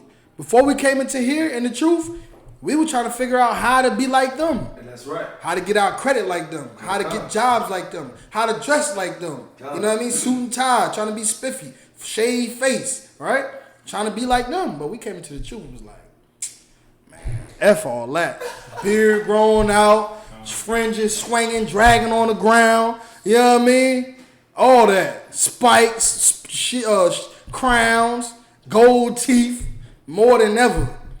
Chains, because we figured out that all of those things are our actual culture. That's right. Gold teeth is our culture. Chains is our culture. Big wheels on the ride is our culture. Slang is our culture. That's our culture. We figured it out. Now we can be able to embrace what we already been doing. But because before that, we've been felt like we was bad for doing that. Because what? Hillary Clinton. Same people with the gold teeth and the chains, she was calling them super predators. Same people that's Mexican, that, you know what I mean, that got the low rider cars and the Hondas with that souped up. What Donald Trump call them? Gang bangers, gang members. You know what I mean? That's what he called them. But really, they just Israelites. Really, that's just what they is, Israelites. You can find that in the Bible. I can show you gold teeth in the Bible. I can show you gold chains in the Bible. You know what I mean? I can show you slang in the Bible. I can show you hanging on the corner in the Bible. We always talk about us hanging on the corner all the time. These thugs on that corner. Because we on the corner, we thugs. And we was think like that too. Like, oh, we under the corner, we are thugs. But now we really see like that's just what black people do. We just hang on the corners. That's it. We hang on the corners, hang in the house. You know what I mean? We just hanging people. Right. But no sweat. Like the brother just brought out, these other nations are subtle and they're crafty. Like he said, Margaret Sanger and Hillary Clinton was in cahoots. You understand? Hillary Clinton supported Margaret Sanger in that whole exterminating black people. But then when it was time for her to run the president, what was she doing? At the damn Breakfast Club. At the Breakfast Club with Charlamagne the God, Angela Yee, and DJ Envy. Trying to get the black vote. Like, she's just so cool. You know what I mean? Tell me online, Mark Dockett. And if I could. Go ahead. Just add a little bit more, man. Hey, come see me one time when you could. True, if you could. One time. To make insults and injuries, man. You understand? Like, she had the audacity to visit multiple HBCUs, too, man. Right. Like, and they gonna do it. Votes, man. They gonna do it. They don't give a damn about you, but they want your vote, though. Right. They don't give a damn about you, but they want your money. They don't give a damn about you, but they do want you to work at their jobs. Right. They do want you to play in their leagues. They do want you to do that. They're not going to tell you they don't give a damn about you. Right. No, they're not going to do that. What they're going to do is they're going to call and make an anonymous donation to Planned Parenthood. That's what they're going to do. What they're going to do is they're going to support the prison system. They're going to invest in the prison system that incarcerates millions of men, black men. They're going to do that. That's what they're going to do. They're going to make sure you don't get past supervisor. You'll never be a CEO or a CFO. You'll never be that. You'll never run a whole entire corporation. You never do it. That's what they'll make sure, though. Okay. Because they hate you. They hate you. They have taken crafty counsel against thy hidden ones, against thy people. And then go ahead and read what you got on that Apocrypha, that Tobit 4:12 from the top. COMCAST, Tobit, chapter 4, verse 12. Go ahead. Beware of all whoredom. Go ahead. My son, and chiefly take a wife of the seed of thy You father. understand? My son, and chiefly take a daughter of the seed of thy father. Of the seed of thy father. Why? Because you need to marry someone of your nation in order to be righteous, in order to not be a whore. Prefer one another, like the Bible says, man. Prefer one another. When you thinking about going out and donating to some charity or something, don't go to Red Cross. Don't go to American whatever Heart Foundation or whoever else. Go to the hood. Go to the hood. Find somebody. Go out there and feed a black man. Go out there and pay for somebody's bus fare. Go buy somebody a work outfit or something. Go put somebody, go pay for somebody food in the line at the local grocery store. Go, you know what, all the things in your car, I'm gonna pay for today. Man, you understand how much of a difference that'll make than you giving your money to Red Cross and support some charity. They don't tell you that them charities, they only go only like 5% of the earnings only go towards the actual charity. The rest of it go to the organization. They'll say, oh, it goes to the managers and the supervisors, the people that run the organization. It goes to them. And who are they? your enemies. All in all. And that 5% that actually goes towards the charity, if it's a heart foundation, it's going to go to a white boy's heart. It's going to go to aiding and paying for a white boy to get his heart transplant. You understand? If it's for battered families, it's going to go towards a white family who's battered. If it's for rescue, search and rescue, or disaster relief, right? It's going to go to relieving a white family from disaster. It's not really going towards our people. It's not really going towards our people, man. So like I said, man, you want to help somebody, help your brother directly. Go to him and help him. Go straight to him. You understand? When the Bible says, love thy neighbor as thyself, go next door to your neighbor's house. They're over there right now trying to figure out how they're going to pay rent. I'll guarantee you. They're over there right now, just pay rent and they ain't got enough money to buy food. Trying to keep a roof over there. Go over there. You got a little bit of extra money, you want to donate to something, donate to them. You know what I mean? Go down to Planned Parenthood and catch the next sister you see going in there. Say, sis, I was about to donate $5,000 to the such and such foundation, but you know what? I'm going to give this to you to have that baby and buy all of the necessities that you need with this $5,000. All of the necessities that you need to be able to birth that child, to have all of the things that you need to raise that child until you're able to get on your feet. We'll put a big dent in child abortion, man. Loving these other nations and supporting them, man, is how we become poor and desolate, man. It's how we become poor and destroyed, man. We take our money and the little extra money we have and we support them. We take our talents and our little bit of strength and we go build their businesses. We build their companies. We married into their nations, and then what? Our inheritance goes down to their nation. It transfers over to their nations. Instead of coming down the line to beautiful black, Hispanic, and Native Indian men and women as myself, as yourself. That's why the Bible says, beware of all whoredom. Go ahead. So like I said, I got the definition for the word chiefly. It means above all. Right. Beware of all whoredom, my son, and chiefly take a wife of the seed of thy fathers. The water for that, huh? That's important. Chiefly, when you think about the word chief, a chief is what? Somebody that's in charge. Come. Somebody that's above all people. That's the chief. Right? Come. It's a chief. So when you say chiefly, take a daughter of a woman of the seed of thy father, it's talking about above all women, you choose of this woman. You choose of these women.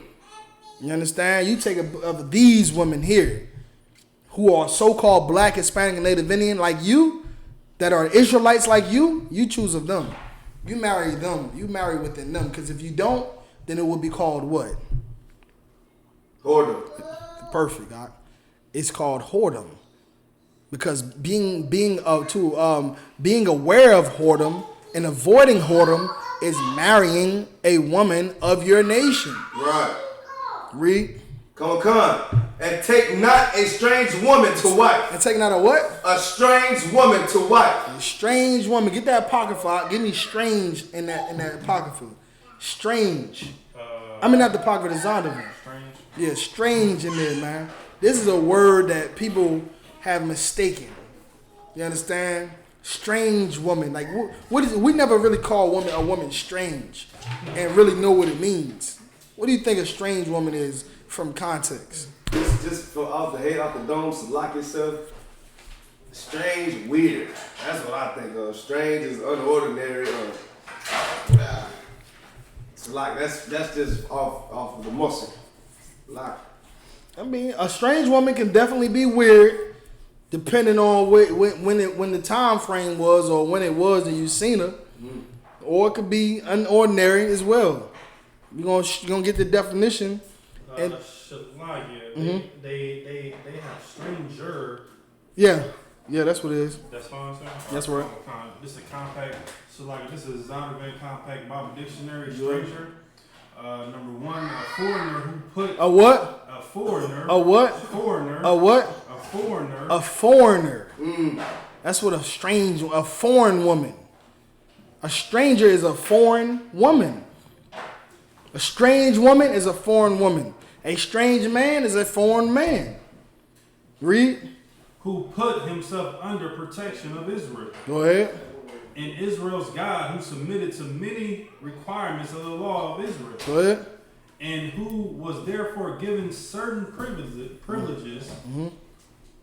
Foreigner, just a second one. Foreigner who did not have cultist fellowship with Israel. Right. Ooh. You see what I'm saying? That's what a stranger is, a foreign, meaning you're non-Israelite. That's it. You're non-Israelite. That's what a strange person is.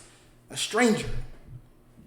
I mean, you're non-Israelite. So if a non-Israelite is a stranger, then what does that make Israelites one to another? Family, brothers, friends. So when it says love thy friend or love thy neighbor, it's not talking about a stranger, right? When it says what? It says about Solomon. It says Solomon married many strange women. What is it talking about? Many what? Many people outside. Many what? Foreigners. Many foreign women. You understand? He married many foreign women. And because he married foreign women, they had him serving foreign things. Like Caesar Borgia, like Buddha or Gandhi or Hotep. You understand? Kundalini. You know that word was coming. Kundalini. Like, you know what I mean? Like, this is what's happening. So, foreign women. So, it says, do not take strange women, man. Go ahead and read it again. Come, beware of all whoredom, my son, and chiefly take a wife of the seed of thy fathers, and take not a strange woman to wife. So, if she's not the seed of your father, then she's foreign. And it makes sense. Because you are one nation, and they are a separate nation. So, don't marry a woman outside of your nation. And when you were talking about a foreign woman, you think of somebody weird or abnormal. It is absolutely correct. Look how these women look to our women. Look how they look to like when you see a black woman, Hispanic woman, Native Indian woman, you see a full, beautiful, intelligent woman. Then when you look at Chinese women or you look at white women, you be like,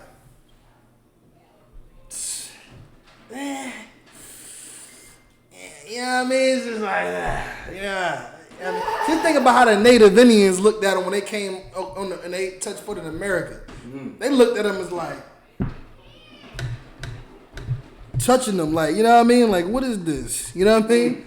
What is this? Let me see. Touching their skin, you know what I mean? Touching their hair because it's stringy. They like, this is not normal. Like you said, this is not. I'm used to women with curly hair and kinky hair and. You know what I mean? And nappy hair. And this right here is different. This is not normal.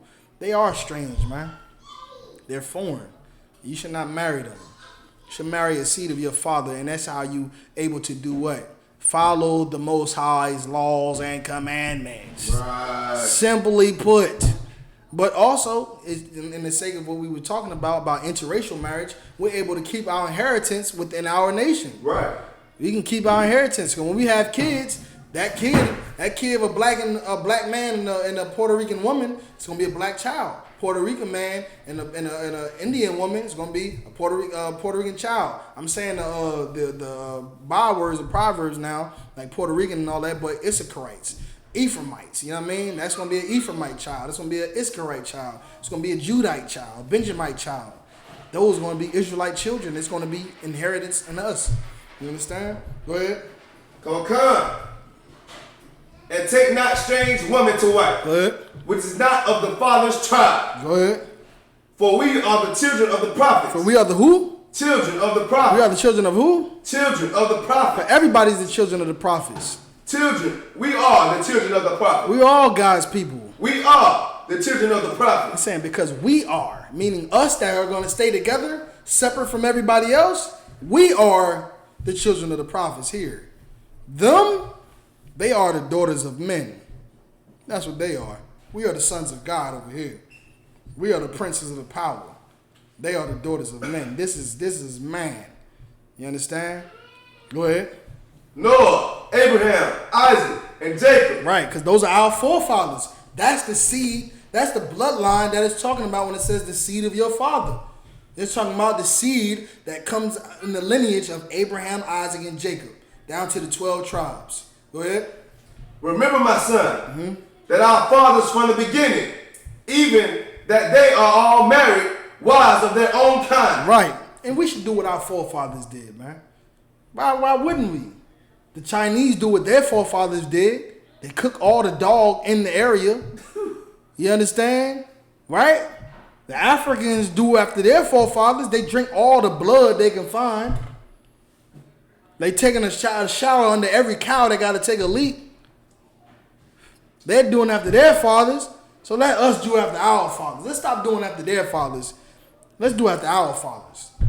Because who is actually not practicing interracial marriage? Nobody.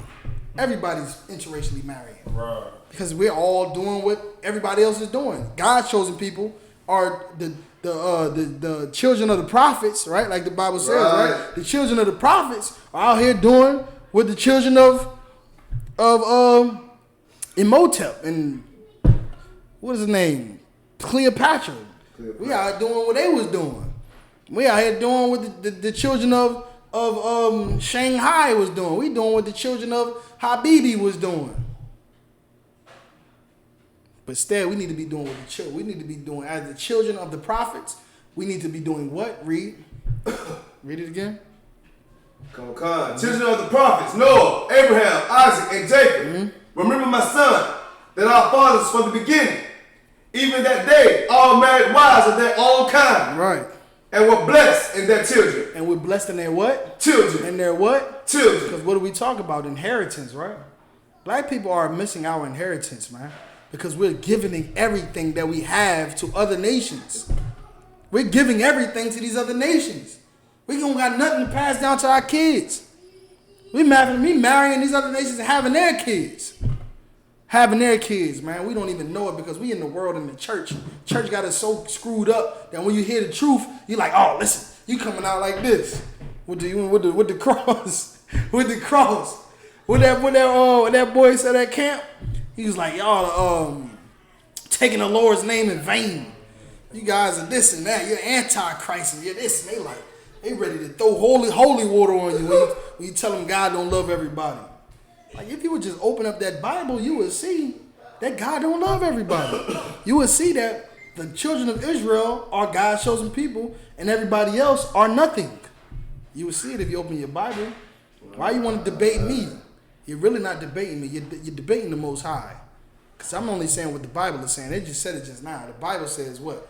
That these men who are the forefathers of the Israelites married women of their own kind. Not nobody else. Not interracially. No. Go ahead and finish what you got. And then it said that they were blessed in their children. Why? Because everything that Abraham had passed down to Isaac. Everything Isaac had passed down to Jacob. Everything Jacob had passed down to the tribes. Everything the tribes had passed. Our heirlooms, our inheritance was passed down. Come on, man. Go ahead and read. And their seed shall inherit the land. And their seed shall inherit the land, man. This land right here was supposed to be Native Indians' land, man. This land was supposed to be the Mexicans' land. Like that now is Esau's land. Why? Because we sinned against our Lord and we made ourselves vulnerable by doing everything that we're doing today. Loving who we want to love, smoking weed, getting high, smoking cigarettes, getting tattoos, eating pork, shrimp, crab, and lobster, celebrating these holidays, everything that God said not to do. And that's why we lose everything, man. We supposed to be doing what our forefathers did. Right. We supposed to do what God said to do, doing what our forefathers did, man. That's how we become blessed. That's how we inherit the land. That's how we inherit anything else that our family has, that I have. You know what I mean? Any more on that? Let me get Nehemiah chapter 13 verse 23. Nehemiah chapter 13 verse 23. Like I said, it's blessed in their children. Like our children are not blessed today, man. Our children are going through having psychological damage, man. Psychological, they don't know whether they black, white. They call themselves mixed. I'm mixed. They don't know whether they going and coming, Christmas, Passover, Hanukkah, High Hanukkah. They don't even know. To be or not to be. They don't even know what. They don't understand. They don't know what to gather themselves to join themselves to. They don't know what to identify as, and they're confused. Psychological damage, man. What's that one brother who was an athlete or an actor who had a kid, and he had his wife was white, and he had a son, and the kid said he don't know whether to identify with black or white. He told him you can identify with whatever you want to identify with. You know how psychologically damaging that is? Like how can you say when it comes down to me having $1 million, just to be carnal for a second. When it comes down to me having $1 million, and I got a white woman, right? I got a baby by a white woman. She got 2 cents. What do you think it would be more ideal to identify with as far as inheritance and what's good for me? You know what I mean? Identify with my father. This is where I'm gonna get this blessing. He got $1 million on my inheritance. You know what I mean? I'm black. But in this case, realistically, it's the spirit, it's the laws, it's the commandments, it's the covenants, it's the glory, it's the serving of our God. It matters who you identify with. Because if you're not identified, if you're black, Hispanic, and Native Indian, and you're not identifying with black, Hispanic, and Native Indian, in being Israelite, then you're not going to receive what? The covenant, the promises, the glory. What is that scripture? It's in Isaiah. I give my laws to Jacob. I show my word to Jacob. Read. Give me that. It's Isaiah. Isaiah 45. I don't think that's it. I shoot my word to Jacob. Or Psalms. What's my Psalms? Something like It's it is Psalms 147 and 19. That's correct. That's what it is. So it does matter. You identify with your white side of the family and you're an Israelite, or you identify with your Arab side of the family or your African side of the family. What are you going to receive? You're going to receive. You might be able to receive riches, right? Because they're in heaven. Yeah, you're going to receive riches, but I'd rather receive the kingdom. Right. I'd rather receive the covenant and the promises. I'd rather receive everything that we about to read about right now. Let's get it out. Nehemiah chapter 13. No, not that. What Mardochai got? Salah. I'll read it. Psalm 147, verse 19. Right. He showed his word unto Jacob. All right. See, he showed off his word unto who? Jacob. That's an inheritance right there. He didn't show off his word to everybody. He showed off his word to Jacob. You understand who was of the people that he chose, his descendants. Go ahead. His statutes and his judgments unto Israel. Go ahead. He have not dealt so with any nation. Go ahead. And as for his judgments, they have not known them. Go ahead. Pray ye Yahweh. Okay, that might not be what it is. When it says the government, his covenant.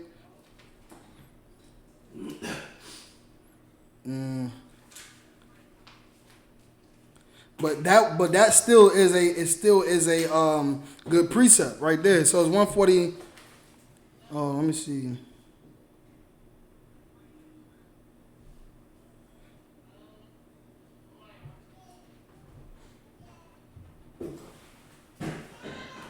Let's see real quick. We ain't got much time left. Oh, it's Romans 9:4. That's what it is. Romans 9:4.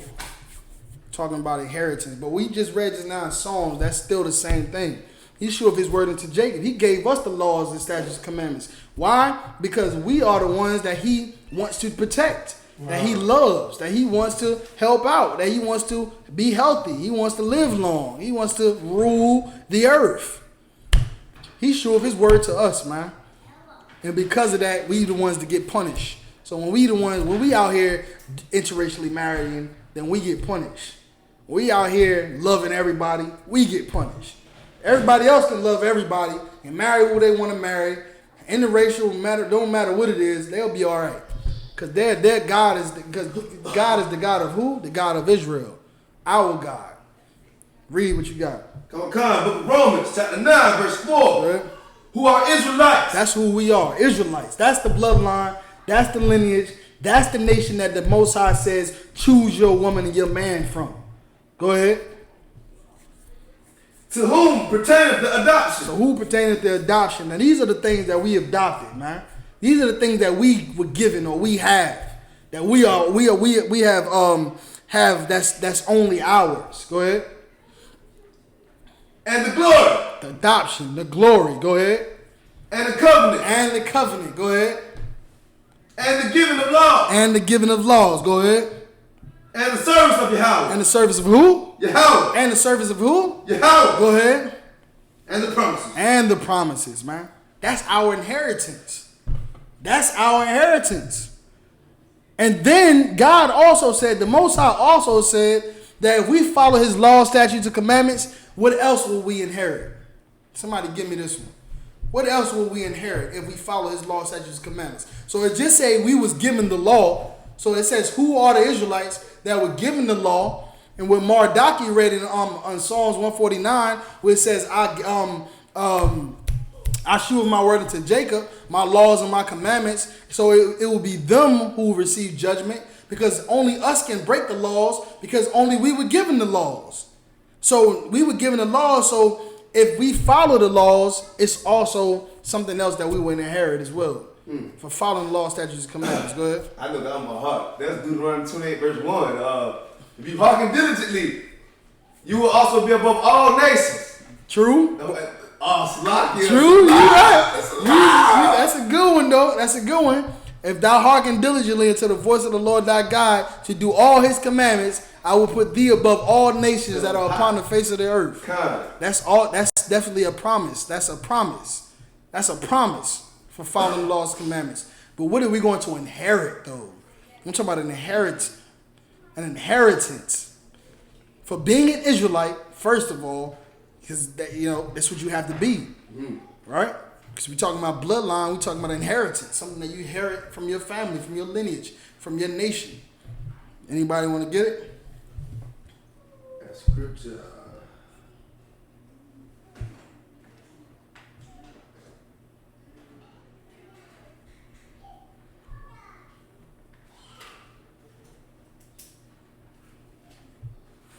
Who got it? Let me get 1 Corinthians chapter 9, verse 10.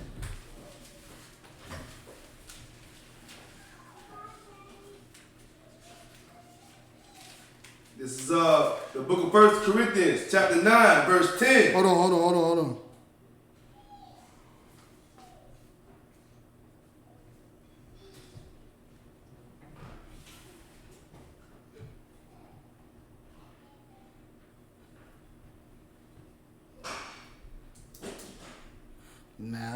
Nah, that's not a good one. But what you got, Mardaki? Somebody online? I know True Bashar did touch on it as far as 28:1. But 28:2 says Deuteronomy 28:2 says, all of these blessings shall come unto thee and overtake thee if thou shalt hearken unto the voice of the Lord thy God. Okay, that's okay. So what y'all are saying is correct. It's something that we will get for being Israelites and being obedient to the laws and statutes of the Most High. But what I'm looking for, as far as inheritance goes, for following those laws, statutes, and commandments, is what? The kingdom of heaven, man. We will inherit the kingdom of heaven. Right. When Yahweh Shah returns and brings heaven on earth, we will inherit that. We will be able to live in that good place, and it be ours, our heaven. Nobody else can do that. Nobody else can do that. Nobody else, no other nation can follow the law, statute, commandments, and inherit the kingdom of heaven. Nobody else can do that. Nobody else can do it. Why? Because it's only a promise to the Israelites. It's only something for the Israelites. Read it one more time. Romans 9:4. Romans 9:4. Who are Israelites? To whom pertaineth the adoption and the glory and the covenants, and the giving of law. You understand? Go ahead. And the service of Yahweh. Go ahead.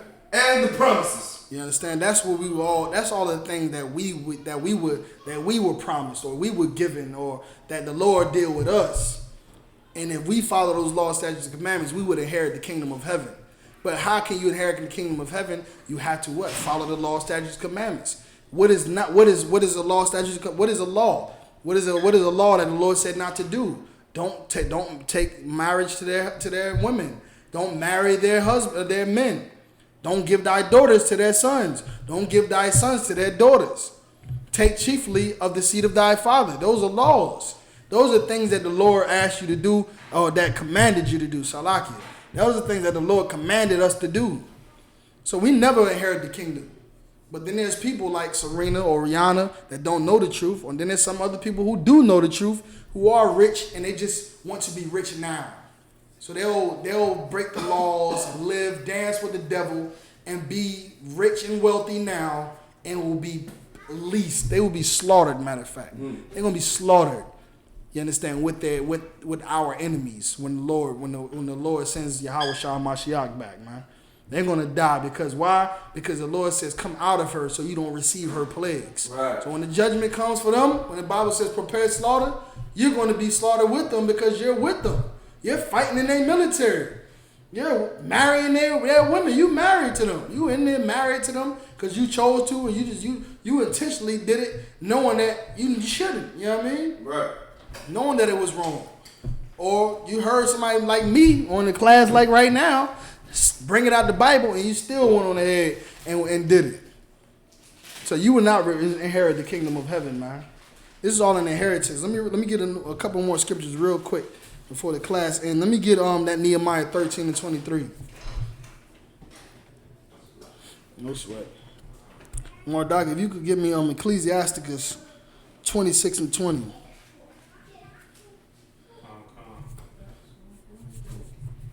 Real quick, man. So loving these other nations leaves us this desolate. They murder us, and they hurt us, they oppress us, and we still love them because we have what's called post-traumatic stress syndrome, man. Where we just love the people that hurt us and kill us because we don't know what else to do. You understand? We don't know what else to do. Like the lady said, I forgive Dylan Storm Roof. I don't even know why, she said. I don't know why I'm forgiving you right now. But it's just something I think that God would want me to do. It's something that Christianity would want you to do. That's just what it is. You know what I mean? Read what you got up.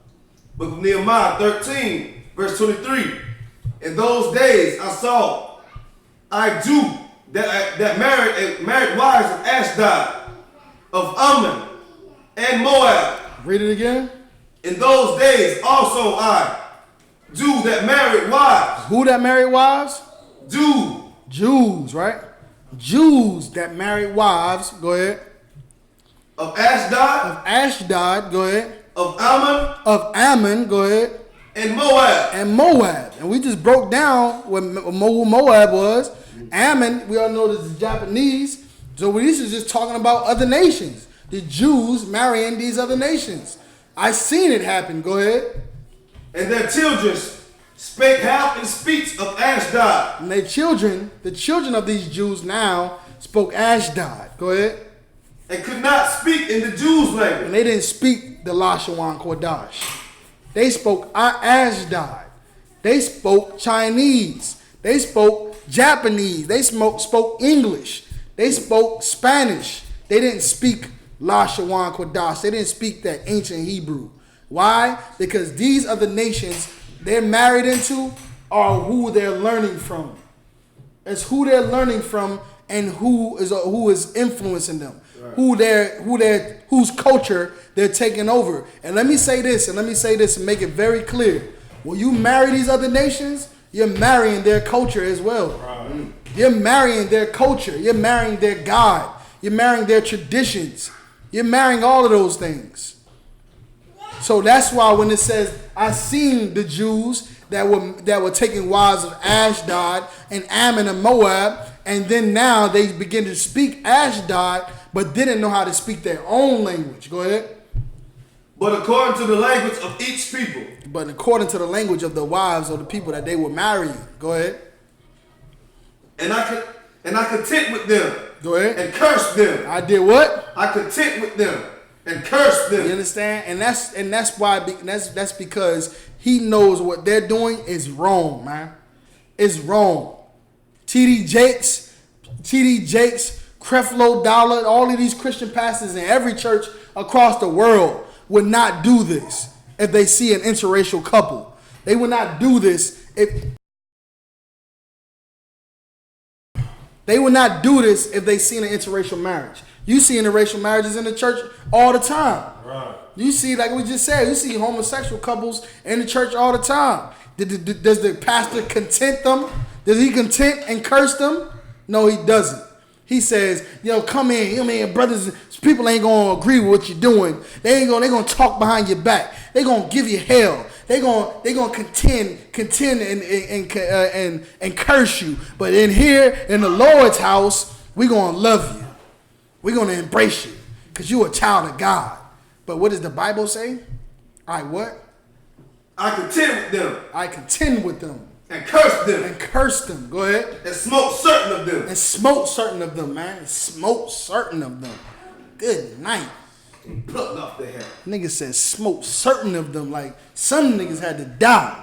Some people had to die for their crimes. Because that's a crime. That's a crime against the Lord.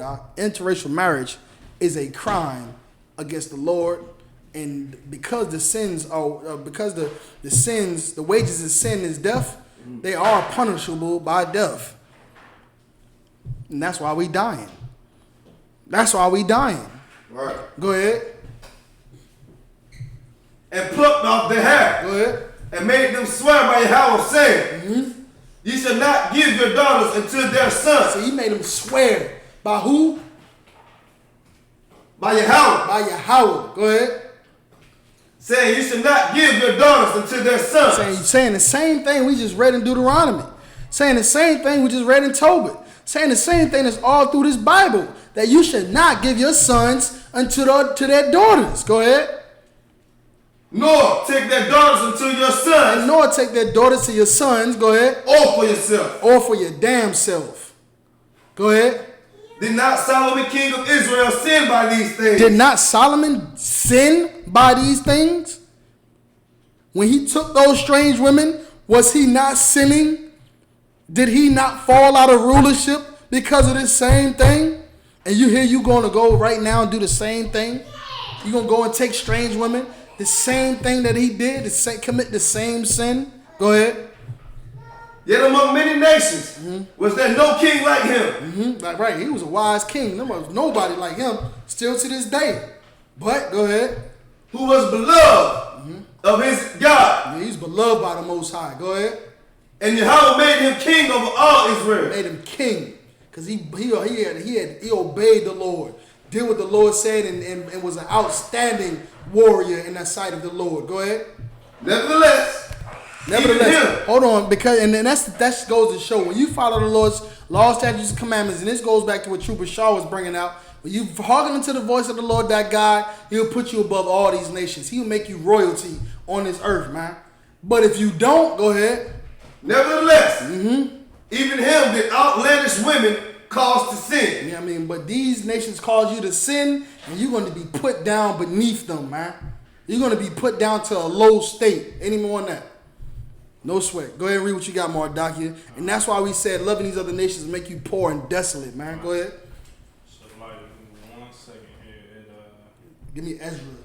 Oh, man. Ezra 9 and 12. In the Apocrypha. Nah, regular Ezra. Go ahead. Ecclesiastes, chapter 26, verse 20. Go ahead. When thou hast gotten a fruitful possession through all the field, sow it with thy own seed. Sow it with thy own seed. Go ahead. So you know what that means. When you get a fruitful possession, when you get a woman of your nation, sow it with your own seed. Y'all reproduce more Israelites. Go ahead. Trusting in thy goodness of thy stock. You understand? Trusting in the goodness of thy stock. Go ahead. Verse 21. No, drop that right there. Let me go ahead and get Ezra 9 and 12. But what he was just bringing out is trusting the goodness in his stock, meaning all of the things that we have, the ingredients or the covenants and the laws and the privilege and the royalty and all those things, trusting that as long as we stay together, we'll have those things and keep it pure and keep it flourishing and reproduce, create more beautiful black men and women, black Hispanic men and women, so with the Native Indian men and women, man. Being fruitful, man. Planting our seed. Go ahead. Let me get Ezra. Chapter 9, verse 12. Go ahead. Now therefore, give not your daughters unto their sons. Right. Go ahead. Neither take their daughters unto their sons. Same thing, man. To your sons. Same thing, man. When y'all gotta realize is this, man. You can love these nations whether they good or not. But when it come time for them to go to war with you, they're gonna choose their own side over you, man. When it come time when the heat get turned up, they're gonna take their own people's side over you. Why? Because blood is thicker than water, man. Blood is thicker than water, man. And until you realize that, you gonna keep staying poor. You gonna keep getting side swipe, stabbed in the back, oppressed, destroyed. You know what I mean? Impoverished, oppressed. You're going to keep happening to you because as much as you keep giving your love to these other people, they're going to keep on giving you hate, man. And if anybody in this earth needs love, needs support, needs care, or any of those things that you got to give, it's one another, man. It's us, black people, Hispanic people, Native Indian people. Like what brother brought out, that judge went down and hugged that murderer. Why didn't she go hug the mother of the son that was murdered? You don't think that mother needed love after her son was taken from her? The man that she birthed and raised to be a strong man? You don't think she needed that love? Right. We need that love, not Amber Geiger, man. Right. With that, I'm in the class, man. We the I.S.U.P.K. Started out of 1 West 125th Street, Harlem, New York, under Commander General YAHANNA. Not affiliated with any other Israelite group. Teach the truth according to the Bible. It's so-called blacks, Hispanics, and Native Indians, God's chosen people. With that, shalom.